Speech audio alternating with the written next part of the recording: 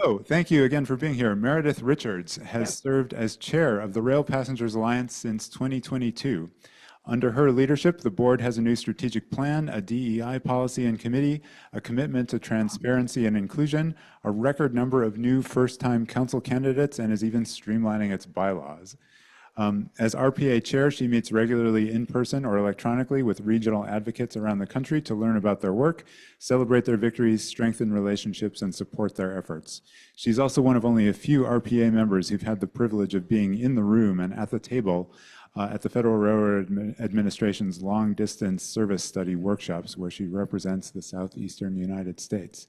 It is great to have you with us here today, Meredith. Please take it away. Thank you. It is a great pleasure to be here today. So I've been asked to speak today about the national outlook for passenger rail.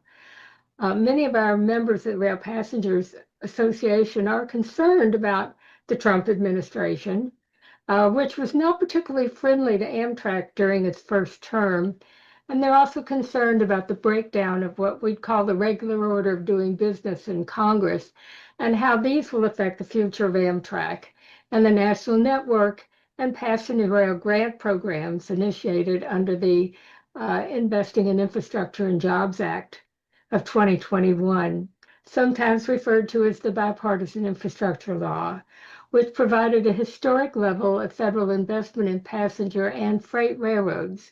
This funding is greater than all 50 years of federal funding provided in Amtrak since its creation. This historic legislation provided $66 billion for rail, including $22 billion directly to Amtrak over 5 years, which included $16 billion for the national network and $6 billion for the Northeast Corridor. And there were $44 billion set aside by FRA for discretionary grant programs to support various improvements to passenger and freight railroads. Also, $36 billion to the FRA Federal State Partnership Program, $24 billion for Northeast Corridor projects, $12 billion for projects not in the Northeast Corridor, which funded things like the Frederick Douglass Tunnel Project, the East River Tunnel, the Gulf Coast Corridor, and the Chicago Union Station projects, which are ongoing as we speak. There were $5 billion set aside for the Federal Railroad Administration Consolidated Rail Infrastructure and Safety Improvements, our CRISI program, and these to basically for improvements to freight and passenger rail, $3 billion for railroad crossing elimination grants, and $250 million for restoration and enhancement grants. This chart illustrates the difference between federal funding levels for Amtrak's Northeast Corridor, the national network, and various rail grant programs, which are in blue for the 5 years prior to the IIJA and are in orange for the 5 years of the authorization, since the authorization of IIJA, which is not yet set to expire until the end of September 2026. I guess the biggest news on the rail program side that's very recent is the September announcement by the FRA of a $5 billion notice of funding opportunity for the National Railroad Partnership Program for projects not located on the Northeast Corridor. Now, this is basically a rebranding of the Federal State Partnership Program for intercity passenger rail.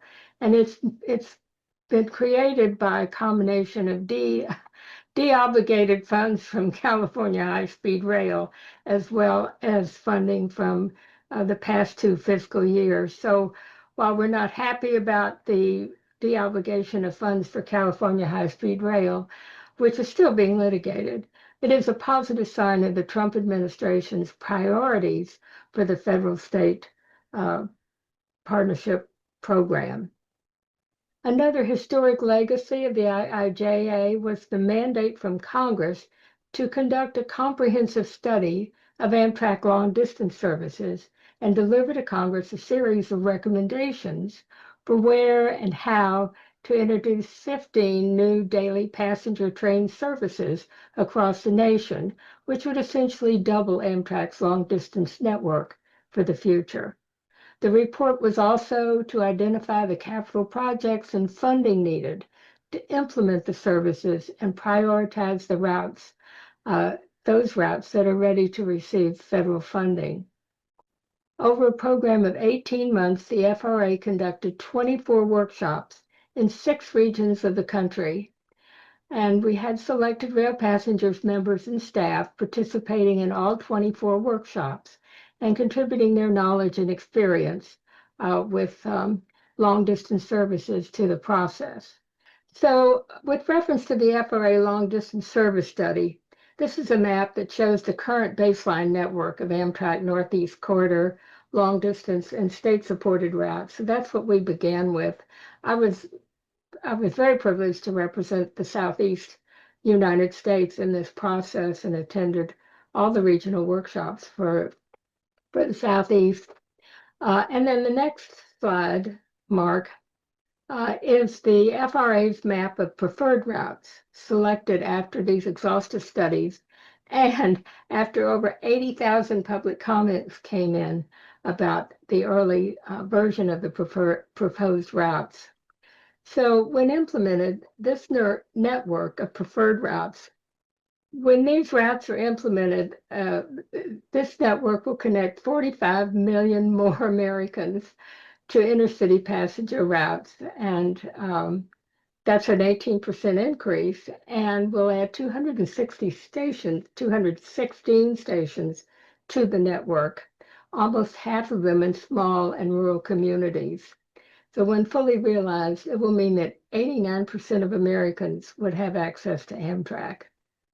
The Rail Passengers Association was an active partner with Congress in working with both Senate and House committees to shape the IIJA, and we're working now to shape the next surface transportation bill, which officially is due by October 1st, 2026. Our first priority in this is to protect passenger rail funding at the IIJ levels, both for the Northeast Corridor, the national network, and for the various rail grant programs. But the government shutdown, as you might imagine, is disrupting the process. So before I go deeper into what we're working for with the next surface transportation bill, let's talk about the current budget impasse in Washington. In the midst of chaos, we're still fighting to make sure all the IIJ funds are allocated as Congress intended, and that Amtrak continues to have sufficient operating funds to support the recent expansion of its network. So we're fighting budget gridlock on several fronts. So Amtrak and all the federal agencies operated under a continuing resolution, or CR, for the 2025 fiscal year. Under a CR, the prior year's budget is extended for a set period, up to 1 year. Now, in FY 2026, which begins October 1st, we are already in a shutdown due to Congress' inability to agree on another continuing resolution or to pass a funding bill. Amtrak's federal operational budget has not kept pace with rising demand and expanding routes because of this flat funding over the last 2 budget cycles. And if it were not for the IIJ grant programs, passenger rail would be stagnating. And Congress has authorized funding clawbacks on various programs, with rail projects mostly escaping those clawbacks. But the Trump administration has deobligated federal funds for California and Texas high-speed rail, blocked $18 billion for the Hudson Tunnel project, which Trump has referred to as having been terminated, and the Second Avenue subway, and delayed $2.1 billion in federal aid for Chicago's rail transit projects. Additionally, U.S. DOT Secretary Duffy has taken control of Washington Union Station and canceled most of Amtrak's planned renovations for the station. Before the shutdown, the administration adopted a moderate approach to Amtrak funding, which was reflected in both House and Senate Transportation Committee budget proposals for FY 2026. Both committees proposed retaining level funding for Amtrak, around $2.3 billion, as well as modest funding for the federal state partnership grants and increases in CRISI grants over 2025 levels. These proposals, of course, have not been enacted due to the political gridlock in Congress leading to the shutdown. As illustrated in this slide, the federal budget process has been dysfunctional for many years. Since 2005, Congress has increasingly relied on continuing resolutions and omnibus spending bills due to political gridlock and time constraints. CRs temporarily fund the government at previous year levels to avoid shutdowns and are often passed at the last minute. The purple bars on this slide show the number of CRs each year since 2005. The blue circles show the duration of each CR, and the gray areas show the funding gaps that occurred during the shutdowns. This breakdown of regular order undermines our transparency, limits our oversight, and reduces the ability of lawmakers to shape federal priorities through the budget. The state of the budget for rail is still unclear, although some positive signs have occurred. The budget process is dysfunctional, and Amtrak will eventually run out of operating funds if the shutdown continues. The Trump administration has unobligated some major IIJA projects and is holding others hostage for political reasons. We are encouraged by the House and Senate budget proposals, but the real work is going to come with reauthorization of the Surface Transportation Bill, which will test the will of Congress and this administration to continue on the path to the IIJA. So the question is, what will come after the IIJA? Next slide. To review, every 5 years, Congress sets the rules and funding for highways, transit, and since 2016, also rail. The current law ends in September 2026. Passenger rail is now a real part of the conversation, and we have to keep it there.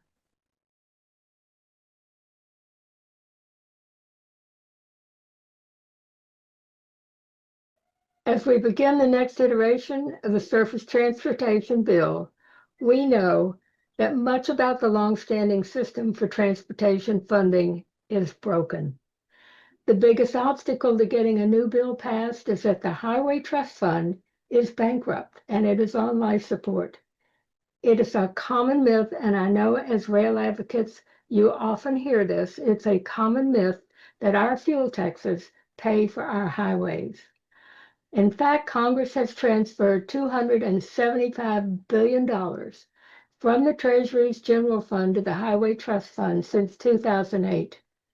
Gas tax revenues are projected to decline 40% over the next decade, and Congress will have to find $200 billion in the next Surface Transportation Bill in general fund revenue to cover the deficit just to maintain the status quo.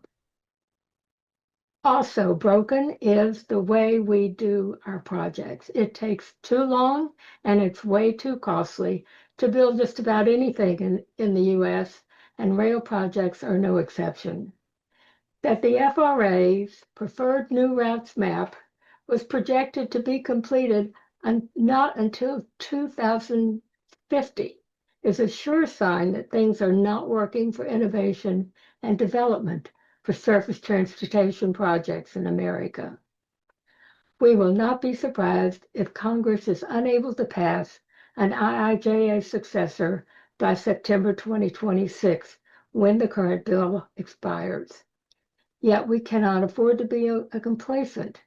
The first drafts of the House and Senate will influence the final bill, and we are already at the table and working with House and Senate committees on the contents of the bill.